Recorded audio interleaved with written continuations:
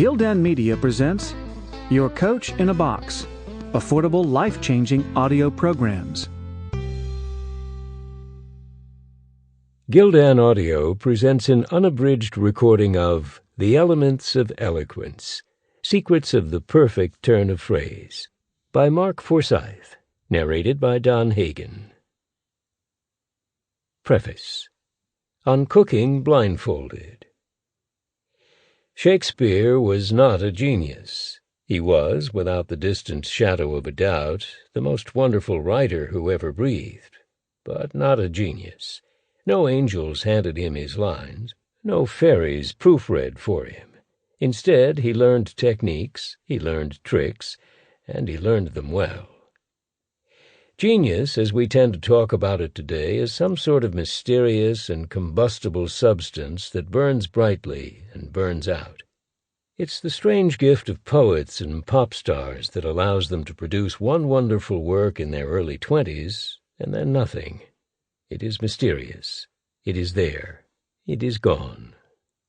This is, if you think about it, a rather odd idea.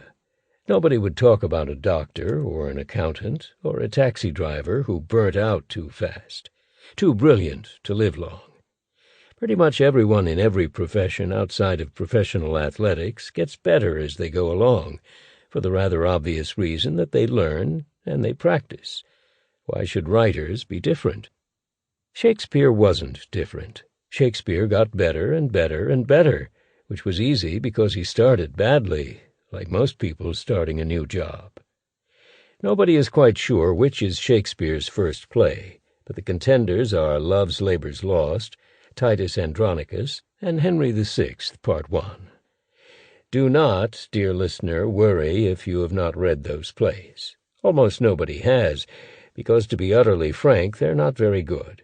To be precise about it, there isn't a single memorable line in any of them. Now, for Shakespeare, that may seem rather astonishing. He was, after all, the master of the memorable line.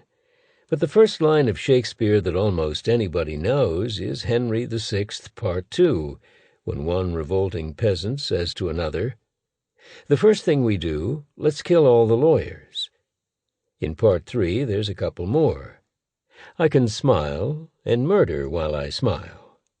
And each successive play has more and more and more great lines, until you work up through Much Ado and Julius Caesar, 1590s, to Hamlet.